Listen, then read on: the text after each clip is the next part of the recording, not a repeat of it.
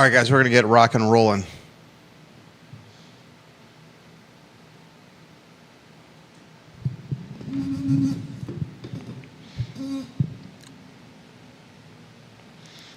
Take a look at the screen for today's headlines. The show will start here in a matter of moments. You get a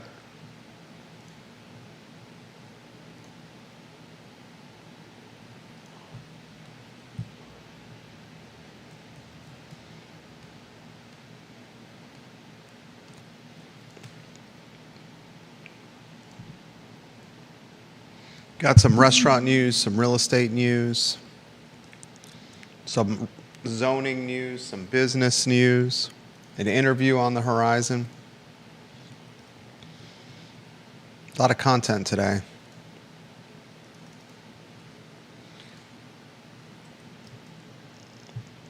I think the headline, the ACPS headline, and I know I gave that to you, should be maybe ACPS restricts lunch leave, restricts off-site lunch leave to only seniors. Finally, a good move. ACPS has been doing some good moves here. I've been critical of Dr. Haas and his team and panel and his cabinet and the school board for an extended period of time, and deservingly so. But to start the school year, I'm seeing some good moves from Albemarle County Public Schools.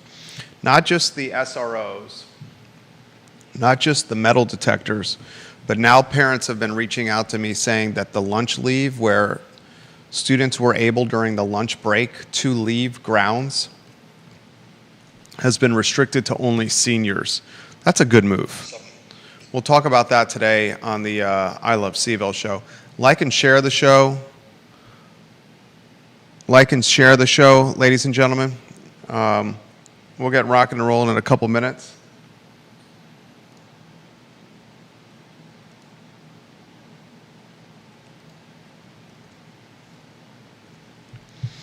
We're gonna have a good time today on the program. Judah, which headline most intrigues you and why?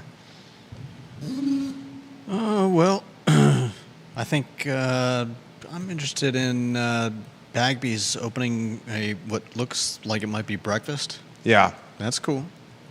Yeah. They've been having that coming on market for some time. We'll talk about that, ladies and gentlemen, on the show today. Spread the gospel, guys. Help us expand the show. We work hard for you. That's the only thing we ask in return. We got a big interview coming up next week. Letty Klotz. Yeah. All right, we can rock and roll. We live on YouTube. Yes. Rock and roll when you're ready.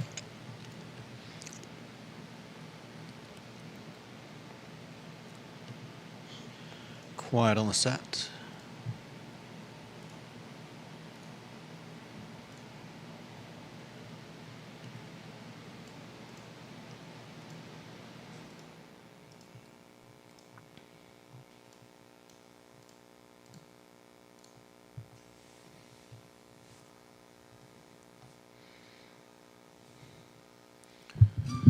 Guys, welcome to the I Love CVille show. My name is Jerry Miller. Thank you kindly for joining us Wednesday afternoon in downtown Charlottesville. Today's show is pretty well rounded. We have real estate news, we have development news, we have politics, we have local economy, we have food and beverage and restaurants, we have education and schooling, and we have a big-time interview lined up for the 19th of August with a UVA professor by the name of Letty Klotz, trying to be the today's version of a newspaper. The final headline should be the read, viewer, and listener comment headline. That's the headline from yesterday. Just a heads up there. Thank you for making that change. We would love to source your content ideas. So if you have any content that you would like us to discuss, send it to us, and we will analyze it and discuss it on the show. A good example of that is the Albemarle County Public Schools restricting off-site lunch leave to only seniors. That was sent to us by a mom within Albemarle County Public Schools.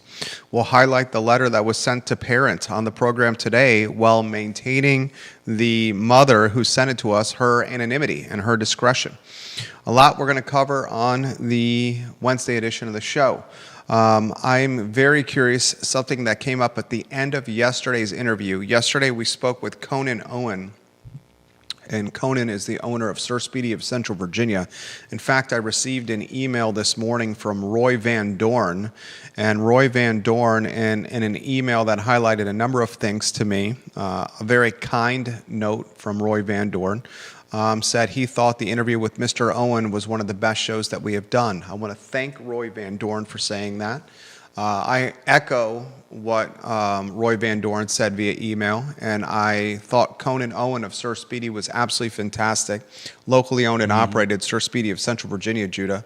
If you have a logo, they have an application for it. Window decals, signage. The banner behind me is Sir Speedy of Central Virginia. They're fantastic. I mean, he's absolutely fantastic. He's a Darden graduate. He's got direct mail. He's got pamphlets and folders and trifold pamphlets, you name it, he's got it at Sir Speedy. Roy Van Dorn, I'm going to respond to the email that you sent me. I haven't had a chance to respond. I'm going to also ask you to join us on the program. I respect you, sir. I appreciate the hustle and chutzpah and moxie and tenacity and courage that you and the plaintiffs are showing with this lawsuit with the city. Look, folks don't have to agree with what's happening, and in this particular case, I do agree with Roy Van Dorn and the plaintiffs. But even if you agree or disagree with what the plaintiffs are doing with suing the city of Charlottesville from a zoning standpoint, you have to respect that this is one of the aspects of democracy and of government that's advantageous for Charlottesville and Albemarle and the Commonwealth in our country. We're not in a dictatorship. This isn't communism. There's not iron rule. If you disagree with what the policy or the procedures or the protocols implemented by local government, there's opportunities for you to fight back, and that's what these plaintiffs are doing. So I respect that. Roy, I'm going to respond to your email and graciously and kindly welcome you on the show for what will be an open-ended interview if you so kind you're so kind to join us on the program. I want to talk about something that came up yesterday in the interview with Conan Owen. I was flabbergasted by this statistic. There's roughly 4,000 licensed businesses in the city of Charlottesville. 4,000 licensed businesses in the city of Charlottesville. That took me aback. Conan Owen asked me yesterday, how many do you think there are? And I said, I did some quick thinking. I said, well, you can't base this on population because somebody like me lives in Albemarle County but has a licensed business in the city. And roughly 10,000 licensed businesses. He said it was 4,000. I was flabbergasted and floored. I then, yesterday afternoon, I was playing, I was with some guys. It was kind of a networking, business guys, movers and shakers. We were playing padel and talking business, dotting the I's and crossing the T's. And I asked some of the guys, a handful of the guys that were in business, how many licensed businesses were in the city of Charlottesville. I got 35,000 on the high end to like 15,000 on the low end. And the people I asked this question are business owners. When I explained to them that number was 4,000, they were as equally floored, if not more flabbergasted than I was yesterday with Conan Owen. So I'm going to ask you, the viewer and listener, what do you make of the statistic that there is roughly 4,000 licensed businesses in the CVille City, and a lot of those licensed businesses are solopreneurs.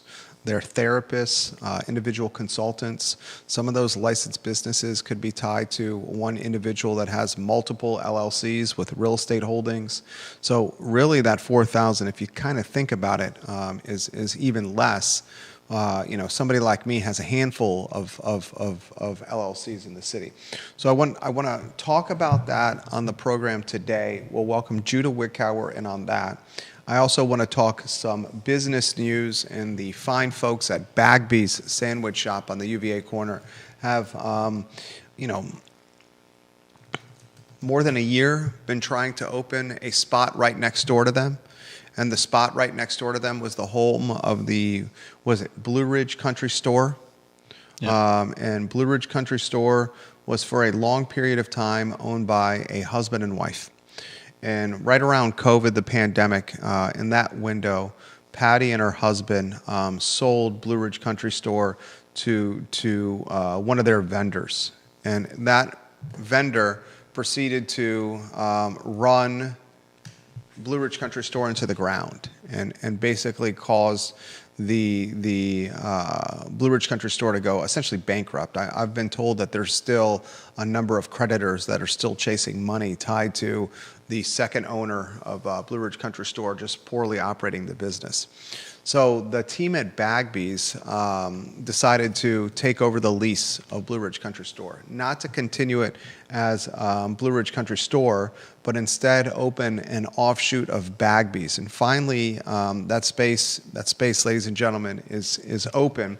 And I'm excited to that because I know John, the operator, and his son are really good people. They work hard. They serve a great product. The food is delicious. It's my wife's favorite cookie, the Bagby's chocolate chip cookie. It is now open next door to Bagby's. It's called Brekky, B-R-E-K-K-Y, Brekky by Bagby's. Well, they'll serve breakfast, coffee, have a salad bar, and do grab-and-goes. I would imagine they're going to use their restaurant next door to create a grab-and-go scenario on the left. So Bagby's is expanding. And anytime on the downtown mall that you have businesses expand in the most important 8 blocks of the region, that's cause for celebration. So that's what I want to do here. I want to weave Judah Wickower in on a two-shot. First go to the studio camera, then two-shot. A lot I want to cover. Logan Wells-Clalo, welcome to the broadcast. Bill McChesney, Olivia Branch, the Queen of Keswick. We love the hats, Olivia Branch, that your team at Keswick Hall brought to us at the studio. Olivia, they're great. I wear my hat all the time. I sincerely mean that. The white hat I wear all the time. Jerry Ratcliffe got the gray hat. He was also very pleased to receive that gift from your team at Keswick. Thank you, Olivia Branch. You're the absolute best. Tidbits that came up, there were so many of them yesterday on the I Love CVille show. Mm-hmm. So many of them yesterday, including a new tenant in the old Eljo's location, Natalie's Dress Shop. So many of them that came up yesterday in the Conan Owen interview, like the hotel that is burnt down on Barracks Road. They're now doing something with it. One of the tidbits that came up yesterday was Conan's comment that's only 4,000 roughly licensed businesses in the city. I was flabbergasted. I also said toward the tail end of the show yesterday, and this was kind of lost in the shuffle, but the City Council of Charlottesville is going to have a discussion in September with, I don't know what the right terminology here is. I don't know if it's policy. I don't know if it's a new law they can utilize or leverage, but Charlottesville City Council is going to discuss on the dais in September the opportunity to try to clear up the downtown mall and some of these public spaces from the houseless or homeless population, and how they're going to be able to do it is utilizing, I think Trump is pushing this forward, the opportunity for local jurisdictions to take the possessions of the houseless or homeless who are camping in a public setting like the downtown mall. So those two things I want to discuss. I want to remind the viewers and listeners that Professor Letty Klotz is going to join us on August 19th, UVA professor, on August 19th on the I Love CVille show at 12:30 p.m. Letty is the author of the book Subtract. Did you see the email from Neil Williamson to you and I? Yeah. About the recommend, we should get a response back to Neil, you and I, about the book Subtract and the recommendation. He says he's about 100 pages into Letty Klotz's book, and he says he's reminded much of Malcolm Gladwell's books as he reads Subtract, which is a compliment to the author Letty Klotz. The author Letty Klotz got our show thinking a couple weeks ago about the 40-hour work week. in Charlottesville. You and I are significantly in opposition, or maybe that's not the best description of what I'm trying to say, is like just on a completely end of the spectrum with the work week. I've said this is now a community of 60 hours a week of work. You're adamant it's a 40-hour-a-week community. I'm not adamant. I don't so much push back on your assertion as ask you when does that escalate? Yeah, and it's a fair assertion. It's going to continue to escalate if you live in a community that is coveted and the cost of living is going to go up and compensation does not match the escalating cost of living. So something's going to have to give. Either you're going to have to work more hours to maintain your current quality of life, or figure out a way, and I'm not talking you in general, I'm just talking viewers and you specifically, but in general, folks are going to have to work more hours to make more money. So we'll talk about that with Letty Klotz, the UVA professor, on the 19th of August at 12:30 on the I Love CVille show. How about if you put this, there's two lower thirds that you can put on screen. And John Blair, I'm curious your thoughts. Conan Owen, I'm curious your thoughts. Georgia Gilmer, Rob Neal, I'm curious of your thoughts on this. Betsy Nugent, James Watson, I'm curious of your thoughts on this. David Riddick, I'm curious of your thoughts. What do you make of the stat that there's roughly 4,000 licensed businesses operating in the city of Charlottesville, and some of those 4,000 licensed businesses are the same operator, the same person or entity with multiple LLCs?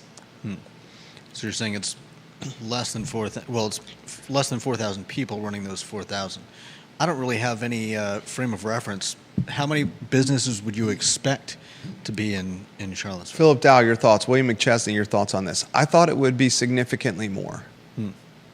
I thought it would be significantly more. And Conan Owen is researching how many licensed businesses are operating in Albemarle County. Remember, Albemarle County's economic development priority or mission or goal is to take commercial and industrial tax collections, business collections, from 11.3% to closer to 20%. Yeah. So I would imagine one of the ways you're going to increase Albemarle County's tax collections tied to business from 11.3% to closer to 20% is by growing the pool of businesses. Yeah. It seemed that would be easier to me than expecting the businesses that are operating now to expand their market share and the corresponding top line gross revenue that comes with expanded share. Right.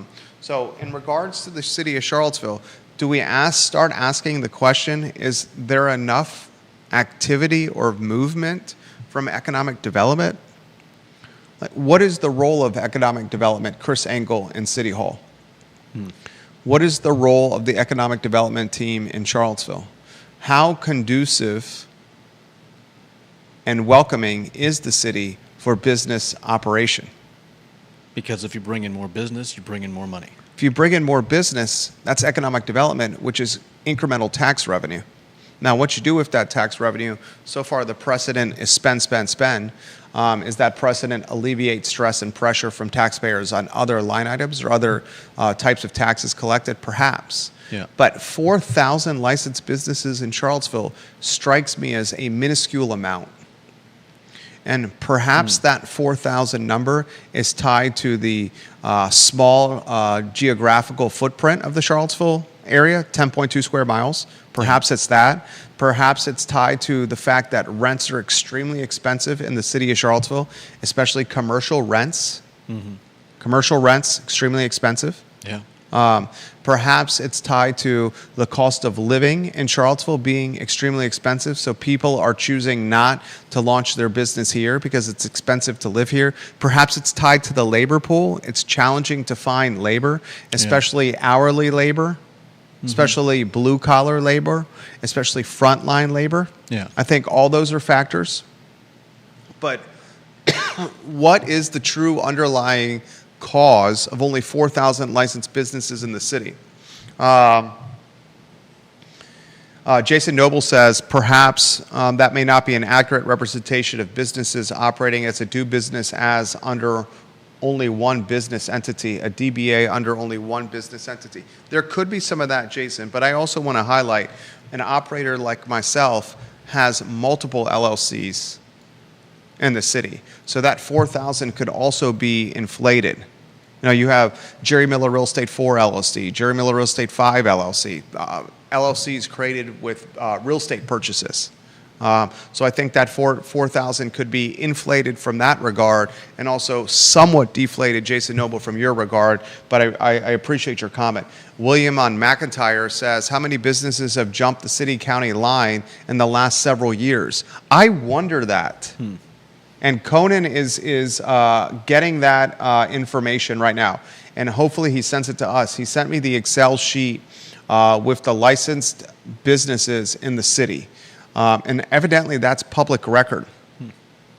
And I can see how that would be a valuable baseline of intelligence for businesses, especially someone that's in the marketing and graphic design category like Conan is with Sir Speedy, where he could do direct mail campaigns to the businesses to position his business top of mind with their business and any kind of marketing collateral needs they may have. Barbara Becker-Tilley, welcome to the broadcast. Randy O'Neill, welcome to the broadcast. James Watson says this. James Watson's a smart guy. James, is your business licensed in the city, or is your business licensed in Albemarle County? He's a talented consultant, James Watson. I believe also a double who, James Watson. He says, isn't that about a 1 to 12 ratio in terms of businesses to population? Plus some of that population are people under 18. So maybe he says that's in line with expectation. Charlottesville City population, let's see. Deep Throat, I'm curious of your take on this. Charlottesville City population in 2024 was 44,464. 44,464. So let's go with 4,000 licensed businesses. That's 1 in 11, roughly 1 in 11. And to James's point, some of that population is sub 18 years old. Yeah. So maybe that's a healthy. Is that maybe a healthy number? I was taken aback with the number, and I'm curious, and I wanted to have that conversation with you, the viewer and listener, today. Maybe that's a healthy number. John Blair's got comments. I wanted to share something with you about your show, and I think Conan's appearance yesterday plays into this. Last night, a UVA professor whose politics would best be described as very liberal told me that they have 3 sources of news in CVille: Reddit for just overall gossip news, Sean Tubbs for local government news, and the I Love CVille show for business news. I don't think this person is a personal fan of yours, but even they had to admit that they do look at your headlines and opening monologue every day to find out what's going on business-wise in Charlottesville and Albemarle. Thank you. I appreciate that, John Blair. I appreciate you passing on that message. We hear that a lot. And we try to be equal opportunity employers when it comes to content. It comes to, I would love to sit here and talk content that's specifically the economy, business development, and real estate, because that's the line of work I'm in. But I intentionally try to diversify the content verticals to make the show well-rounded for viewers and listeners, even though it may selfishly not create the fully optimized deal flow that business development and real estate content could create for the show. When it's all said and done, selfishly, the idea is to be the water cooler of conversation, which creates deal flow for our true profit centers with the firm, which is not this, but we just enjoy doing this. So viewers and listeners, what is your take on 4,000 licensed businesses in Charlottesville City? These are other questions I would have. How many licensed businesses were in Charlottesville City in 2019 before COVID? How many licensed businesses were in Charlottesville City in 2015, approximately 10 years ago? Have the licensed businesses in Charlottesville City diminished in number or increased in number? If you had to place a bet on that, what would your bet be, Judah?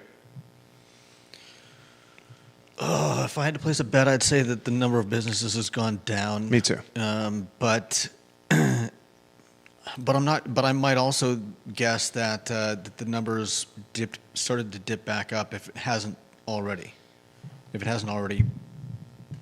equalized again. This is what I'm going to do. Deep Throat, I have your personal email. I'm going to send you the licensed business Excel document now.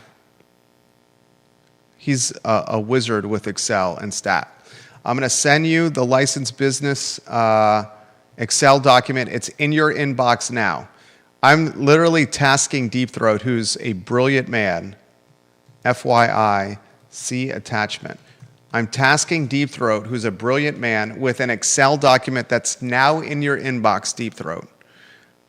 Take a look at that Excel document and decipher some analysis, or come up with some analysis or commentary on what's in your inbox that we can relay today or tomorrow on the I Love CVille show. This is public information. This is public information. Conan Owen, who was the source of this information, he asked City Hall for this document. He said, look, I can Freedom of Information Act request you, or you can just provide the document for me. And they provided the document for him. I would imagine after this show, there's going to be a lot of people asking for this document, and City Hall is going to be like, damn it, Jerry. Okay? But this is valuable information. Conan, whose photo should be on screen, said maybe compare the number of businesses and the population to Blacksburg or Harrisonburg or Lynchburg. That's a great comment, Conan Owen. Another comment would be maybe compare Charlottesville's licensed businesses to Chapel Hill. What is Chapel Hill, North Carolina population? Chapel Hill's population is 64,000. 64,000 people. What would be the best comparison to Charlottesville, do you think, viewers and listeners, from a population standpoint? Chapel Hill's a pretty darn good one. How about Asheville? Asheville's population is 94,000, a little bit bigger. Chapel Hill, I think, is a pretty on-point comparison. What do you think, John Blair, on that comparison point for Charlottesville with licensed businesses? I'm very curious to see what Deep Throat thinks about this. He adds these comments already, and I think he's looking at that email. He says, let's see here. Look at this, already valuable information for number one in the family. For the entire United States of America, there's 33 million licensed businesses. So 10 to 1 population to licensed business ratio. That's kind of in line with CVille right now. We're putting it at 11 to 1. Okay, so that's in line. The other distortion in CVille would be that the huge nonprofit sector in Charlottesville erodes licensed business potential. And he also highlights the University of Virginia and UVA Health potentially eroding the base of licensed businesses because people are taking a safe job working for UVA or UVA Health. So that's a very good comment right there. That's fantastic analysis from number one in the family. He's saying that with UVA and the University of Virginia Health System being such significant employers, that the employment they offer to so many people that's considered safe employment, unrisky employment, healthcare, retirement, safe employment, that's going to erode the entrepreneurial pool of people pursuing licensed businesses. And then he also contrasts it with the United States, 33 million licensed businesses, roughly a 330 million populated country, 10 to 1 population to licensed businesses, where Charlottesville's 11 to 1. So maybe it's higher then. Yeah. Maybe it's higher. What the take I'm coming from here is that Charlottesville has this mystique to it, this je ne sais quoi to it, of wealth, of innovation, of creativity, of novelty, of technology, of the pursuit of, I'd say the pursuit of of wealth and the American dream here in Charlottesville is woven into the fabric certainly of Charlottesville. And I think because many in this community have found a successful pursuit of professional creativity or work or wealth, that it's clearly driven the median household income upward. Was it 125,800 according to HUD? And it's also created a significant wealth gap. Yeah, no doubt. And because of that wealth gap, you have people like, activists like Jamel Bowie of the New York Times saying that people's homes should be torn down, and that he's working in cahoots, his words, not mine, with Charlottesville City Council to figure out a way to tear down the home of Roy Van Dorn, and who's one of the people suing the city of the new zoning ordinance. Deep Throat says UVA plus UVA Health is like 28,000 direct jobs, mostly in the urban ring, which has like 100,000 jobs. So that's good intel from him. That's a conversation starter for your cocktail party this week or this weekend. Philip Dow and Rob Neal have comments coming in. Let's get Rob Neal's photo on screen. He's a super smart guy. Rob Neal, the biggest JMU football fan I know, huge college football fan, savvy and sophisticated businessman, Rob Neal. He says 4,000 seems reasonable, like James Watson said. I'm also curious if Deep Throat can pull any comparative data of business licenses per capita with peer cities. Also, I'm curious if expensive localities have higher or lower licenses per capita. Great questions from Rob Neal. I have those questions as well. So James Watson got the party started. Did you give James some love, his photo on screen? Rob says that 4K seems reasonable, like James said. And then Rob adds this. I'm also curious if Deep Throat can pull any comparative data of business licenses per capita with peer cities. I would look at Chapel Hill as a peer city. What peer city would you look at, John Blair? I respect your opinion on that topic right there very much. What you would call, John Blair, a peer city to Charlottesville. And then Rob also says, I'm curious if expensive localities have higher or lower licenses per capita. I would love to know that. Mm-hmm. The cost of living at a locality, does it drive more entrepreneurship and business development and business creation? Or does it diminish entrepreneurship and business development and business creation? You would think it would drive it, because wealth means you have the financial resources to take a chance and launch something, knowing 80% of small businesses fail in their first 3 years. But it might also indicate people that don't need to start a business to make money. Because they already have the money, and also could be an indication, 100% right, and also, Judah, could be an indication because of the cost of living, you can't find the labor to operate the business. Yeah. Right? Yeah. So I would love to know that. Philip Dow's got a comment. His photo on screen, the mayor of Scottsville. I would say the businesses have decreased over the year because of what was said concerning city taxes, rent, and labor shortages. I would like to know how many businesses have gone out of business and have jumped the city-county line. I would love to know that. I would love to know this data. In the last 10 years, has Charlottesville City lost business licenses or gained? Yeah. And in the last 10 years, has Albemarle County lost business licenses or gained? I would love to know that. Randy O'Neill, Conan Owen, I would love to know that if you get that data. Randy O'Neill, what businesses have the highest local tax rate? Many licenses may not pay a service tax. The Democrats have been trying to pass a state tax on businesses historically not charged for certain services. Randy O'Neill, we appreciate your comments. Thank you for watching the program. This is what I like about the show. Deep Throat says, this spreadsheet that was sent by the city is tough and is going to be annoying to clean because weirdly they have the same header all over the place. I noticed that as well, Deep Throat. I was hoping that you had an Excel hack that I did not have, as Excel is not my forte. John Blair says, as a comparison city, I think Harrisonburg is the most apt comparison. These are John Blair's words. Here's why. Chapel Hill is now fully part of the Research Triangle.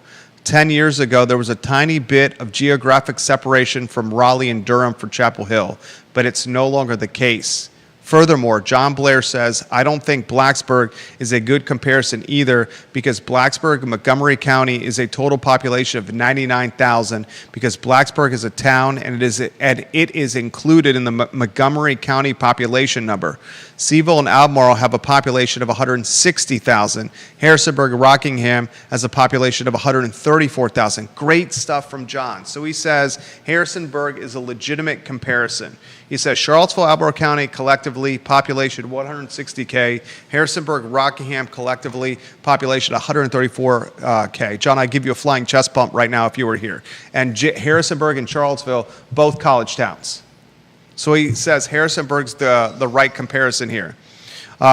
Deep Throat, the state of Virginia has 850,000 businesses, which is a little lower per capita than Charlottesville. Little lower little lower per capita than Charlottesville, the Commonwealth of Virginia, with 850,000 businesses. So that's good knowledge right there. So Conan, if this is what I would love to see, and it would make a great topic for a future show. Conan, I would have this topic with you on a future show and source commentary and questions from the viewers and listeners like Rob and James and Philip and Bill and Deep Throat. We should compare and contrast the data, if it's readily available. How many businesses were officially licensed 10 years ago in Albemarle County? How many businesses were officially licensed at the start of COVID in Albemarle County? And how many businesses were officially licensed right now in Albemarle County? And the same 3 periods for Charlottesville. 10 years ago in Charlottesville, at the start of COVID, and right now business licenses. Mm-hmm. I wonder if share is being lost in the city to the county. I cannot imagine a world where the county is losing share to the city. I'm not 100% sure on that, but I cannot imagine a world where Albemarle County is losing licensed business share to the city. I think the city would be losing licensed business share to the county. Examples of that would be vacancy rates, although the vacancy rate in the city is still pretty low. I think that vacancy rate is a smoke and mirror metric because they highlight a minuscule vacancy rate on the downtown mall, but no one can say the downtown mall is healthier now than it was before COVID, because some of the tenants that have filled the vacancies on the downtown mall are tenants that should not be on the downtown mall and frankly are not businesses. Yeah. Parks and Rec is operating in the old, is it Bashir spot, right? Or is that Operation Hope, the nonprofit that assimilates convicts into society? That's Operation Hope, that's in the old Bashirs? Yeah, I think Parks and Rec is underneath the overhang by the... oh, you're right. The parking elevator garage. entrance, yeah. The Market Street parking garage. Then you have CRHA that bought the old Vita Nova. Yeah. Was there an escape room building? Comments continue to come in. Let's go to Conan, who got this conversation started. It's not fair, Deep Throat, he says, to compare the entire state. Look at the number of corporate headquarters in the Beltware area.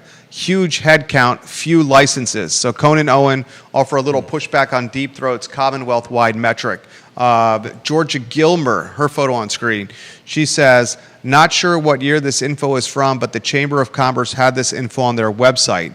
Charlottesville Chamber of Commerce. Charlottesville is considered a medium city with a population of 102,016 and 16,470 businesses. 167 in 2018 were added to the Charlottesville Chamber of Commerce Business Directory, which was less than 2017, which had 194.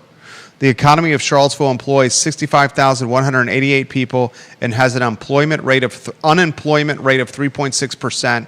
Some of the largest industries in Charlottesville are professional services 803, restaurants 564, entertainment agencies and bureaus 443.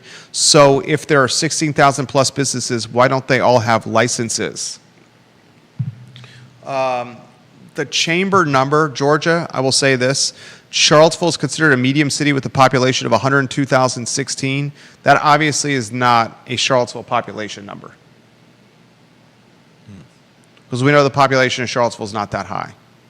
And I also would be hesitant, and Georgia, I love the comment. I love when you watch the show, Georgia Gilmer. I think you're an extremely valuable viewer and listener. I sincerely, Georgia, love when you watch the program. I also am hesitant to utilize the chamber membership as a baseline for comparison, because I know that chamber engagement is diminishing, especially with the middle-aged millennials and younger that are business owners. The chamber has a plight on its hands, a challenge on its hands right now. How does it reinvent, revitalize, or rebrand itself? And part of its strategy to reinvent, revitalize, and rebrand itself is the sale of its business, of its headquarters here on Market Street across from our studio right now. And to become more of a hybrid or fluid chamber that is tied to mixers and cocktail hours and events, that people can do at their leisure, as opposed to asking folks, members or prospective members, to visit a brick and mortar downtown. Now, they still have a brick and mortar. James Watson says, compare it to State College, Pennsylvania, and Burlington, Vermont as comparisons. And James Watson said, comments are coming in quickly here. Vanessa Parkhill, the State College, Pennsylvania comparison is right up your alley as a Penn State graduate, Queen of Earlysville. And Conan says, the chamber is more than the city. I think that is city plus county on both population and businesses. I do as well, Conan. Back out the 4,000 in town means 12K in the county. So Conan's saying if the chamber baseline is 16, you're talking 12,000 in the county. So a 3X delta with the county. Albemarle County population, 117,313, Judah. 117,313, write that down. Albemarle County population, 2024. Charlottesville city population, 44,764. So close to 3X population difference and a 3X business license delta. I find this fascinating, absolutely fascinating. Comments are coming in quickly here. Let's see what else we got.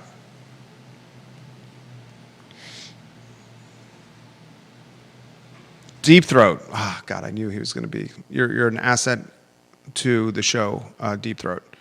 I know you have quality of life at the Montana Ranch, but I like when you're in Charlottesville watching the program and making it better. Sincerely mean that. He says, I think I have found SBA data by county on business count. Will let you know. I think it is a bit stale. 2022, the latest. By count in Virginia, 99.6% of businesses by count are small businesses. The SBA data shows 248 food and beverage businesses in Charlottesville. Does that sound right to you? Wow, 248 food and beverage businesses, according to the SBA data in the city of Charlottesville. Does that sound right to you, viewers and listeners? Does that sound right to you? 248 restaurants. 248 licensed businesses, according to the SBA. Licensed food and beverage businesses. I don't have a baseline for that.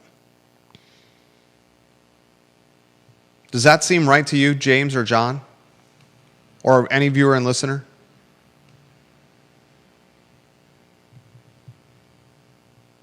That seems low to me. So that's what... That seems low. According to the SBA, there's 248 food and beverage businesses in Charlottesville. And he says it shows another 280 in the category food and accommodation. I wonder what the distinction between food and beverage and food and accommodation are. Are food and accommodation food and lodging?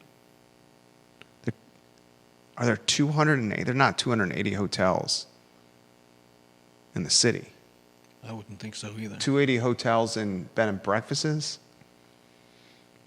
That's a good question. Food and accommodation, is that Vineyard Winery? But there's not many of those. Brewery? Fascinating discussion today on the show. All right, it's the 1:16 marker, and we got somebody coming here at 1:30, so we got other content we want to get to. I want to continue this discussion on the program tomorrow and Friday, viewers and listeners. We will aggregate the content that's coming in, the feedback that we're getting from the viewers and listeners now, and pass that on to you, but I have other items I need to get to. All right, what's the next headline on screen? Is it the zoning? Yes, zoning ordinance reconsideration hearing today. Can you put the lower third on screen? Do you want to set the table? Judge Worrell has Oh yeah, that's right. beneficently allowed. That's the first time that word's ever been used here. Thank you. That's a SAT word. He's allowed the city's lawyers to make their apology, and Gentry Lock right now is on its knees. I mean, I don't know. With hat in hand, begging the judge Yeah. for grace and a second chance. On its knees right now. And they're getting the second chance. Whether we like it or not, whether people feel it's warranted or not, I think in terms of the questions put before the court, it's good that they're being allowed a reconsideration hearing. In terms of the outcome that some people may want, it's either good or bad. Some people appreciate the fact that the city is not down and out on the zoning ordinance yet, but obviously the people that brought the suit to court are, I would guess, not very happy. Yeah. So we'll reach out. He sent us an email, Roy Van Doren. I'll respond to his email. He gave us props for the Conan show yesterday and gave us props for having his back with the Jamel Bowie threat. Yeah, that was just nuts. Just deranged behavior by the New York Times columnist, utilizing a social media platform where he has nearly 700,000 followers to suggest he's working in cahoots, in conjunction, and backroom dealing with City Council to tear down, bulldoze Roy Van Doren's house because he's suing the city and because of the new zoning ordinance. Yeah. A columnist, a person who's an activist, who has a massive platform because of his position at the New York Times, not necessarily because he's earned it, is putting on the internet that someone's home should be torn down because he doesn't disagree with what they're doing. Yeah. It's a crazy world we're living in. Mm-hmm. A crazy world we're living in. Roy emails us thanking him for having his back and giving props to the Conan interview. I will respond to him about coming on the show next week. Nice. Conan has that number that Deep Throat gave, the 248 food and beverage businesses and another 280 in food and accommodation. Yes, that could be accurate when you consider food trucks and catering companies. And then John Blair also adds, does that food and beverage include people who are solely catering or food trucks? 248 seems a little low to me as well if it includes those two types of enterprises. So three of the smartest guys in this viewer and listenership. James Watson's adding to four of the smartest people in this listenership and viewership. John, Deep Throat, Conan Owen, and James Watson talking about that 248 number. Mm-hmm. All right, so we'll have news. I don't know how soon the judge is going to respond. It took him forever to move. Initially, yeah, it took him forever to announce that the deadline was missed, so he's tossing everything out. And this court is not the end. It's not like they were close to a decision when this all took place. So getting everybody back in the court is not. I don't believe going to produce the judge's decision today or even anytime soon. I hope he moves a little quicker than he did last time. If I had to guess, I'd say we're not going to hear the end of this until a year from now, if we're lucky. All right, next headline. Bagby's, it's a double-decker headline. The fine folks at Bagby's, and Bagby's are really good people. Mm-hmm. No doubt. It's a father-son over at Bagby's Gourmet Sandwich Shop. John LaPanta, I think is just a stand-up guy. He's always in the restaurant. Yeah. Son's always there. They're always there. No doubt. Grinding. Mm-hmm. The food's good. The sandwiches are great. The chocolate chip cookies are my favorite in town. Mm-hmm. He's been there forever at Bagby's. Absolutely forever at Bagby's, running a locally owned and operated lunch counter, sandwich counter. Yeah. Not open for dinner. I believe they close in the 3 o'clock range. Yeah, 3 o'clock is right. And they take over more than a year ago the lease where Blue Ridge Country Store was located. Mm-hmm. Patty and her husband ran Blue Ridge Country Store forever. Patty, front of the house, her husband, back of the house. Extremely successful Blue Ridge Country Store. Great salad bar. Phenomenal salad bar. known for their salad bar. I don't even know where else you find a salad bar in Charlottesville. I don't think there is another salad bar in Charlottesville. And there used to be two salad sad. bars on the downtown mall. There used to be a salad bar across from the entry to where Commonwealth Sky Bar was. Oh, yeah. On that side street where Bill Nitchman's entry is. What side street is that? Is that Fifth? That's 5th. Fifth Street off Water Street. There was a Salad Creations there. I helped fill that space after it closed. Long story short, Patty and her husband sold Blue Ridge Country Store to one of their vendors. Their vendors, in about a year's time, ran the business into the ground, owed money to creditors left and right. I think it was a bankruptcy. Pretty damn close to it, but owed money to everybody. Still owes money to people. Just basically walked away from the lease, gave the keys back. John takes over the lease, and more than a year ago comes up with the concept of a breakfast joint, a to-go joint, salad bar concept. And finally, it looks like it's open more than a year's time. He's had extreme, and I've talked to him personally about this. It's going to be a salad bar again, too? It's called Brekky, Brekky, and the lower third's on screen if you could. Breakfast, coffee, salad bar, and grab and go.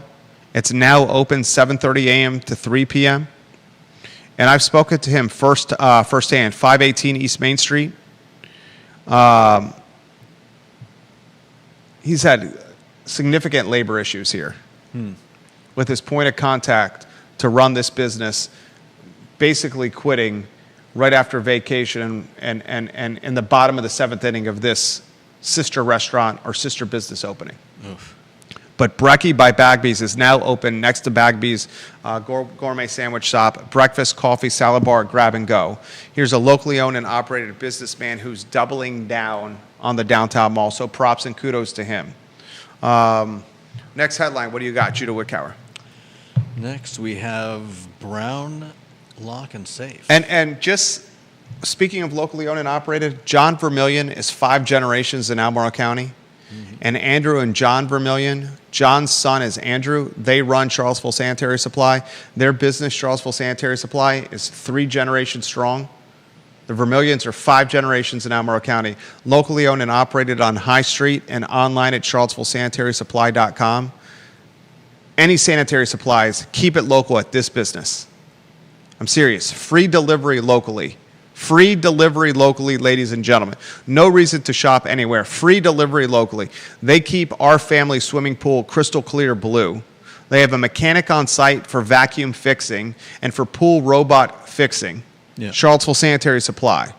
Now, I was driving down Market Street late last week. I meant to talk about this late last week on the show, but I forgot about it. There's a real estate sign, McLean Faulkner real estate sign, in the window of the Brown Lock and Safe building on Market Street next to Common House. Yeah, the last time I was there, they were locked. The lights were off. I was like, I looked in a few of the windows, saw a couple people in there, and I guess they saw me because one of them came around to they had like a bay door open, and they're like, hey, come on in this way. William McChesney adds some. This is what I love about the show. You just said this, and Bill McChesney, his photo on screen, said Brown Lock and Safe recently announced no walk-ins, appointment only. Mm-hmm. Appointment only. Appointment only for a place like Brown's is going to be challenging.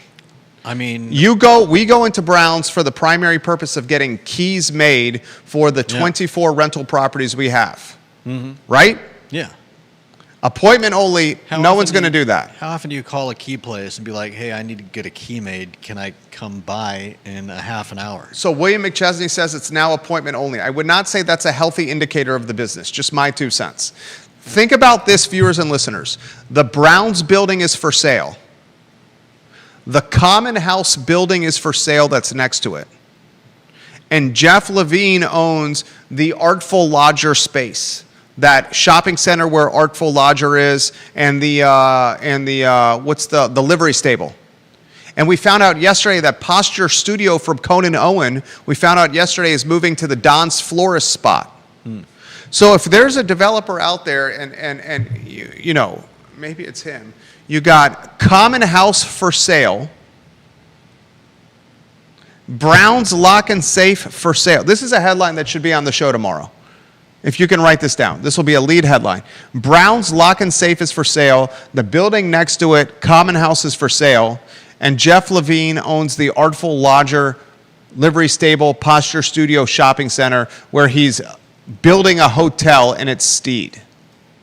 That, you're talking assemblage, is prime opportunity.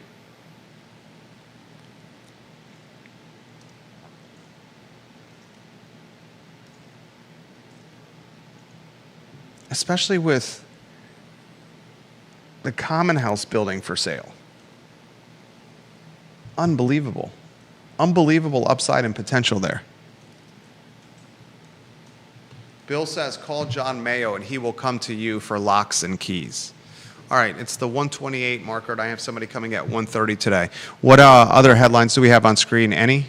Oh, yeah, the school one. ACPS. I got this from a mom, and I'm respecting her anonymity. She sent me this, a key mover and shaker in our family. Monticello High School, seniors only for lunch release. And you have to have your parents sign a senior-only lunch release agreement.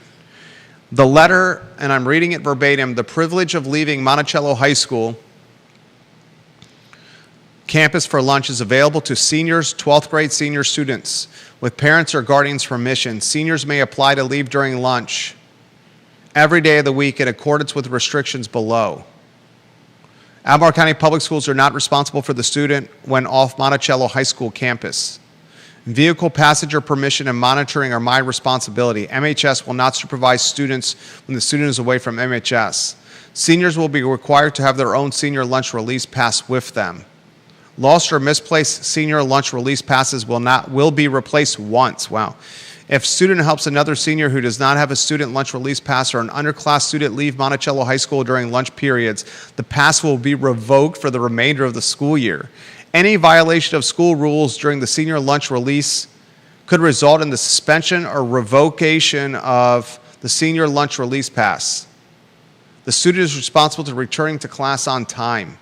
Parents, guardians maintain authority to suspend or revoke student senior lunch release pass. I like this from Albemarle High School. AP, I would imagine, this is the Monticello High School letter. I would imagine the Western Albemarle High School and Albemarle High School letters are the same. I like these moves from Albemarle County Public Schools. I have been extremely critical of Albemarle County Public Schools of late.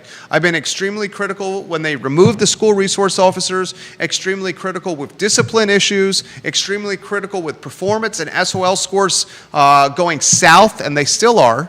I've been extremely critical of Matthew Haas. I've been extremely critical of the one-party school board and its blind ideology or its unfair ideology of considering both sides. I've been extremely critical, ladies and gentlemen, of so much of ACPS.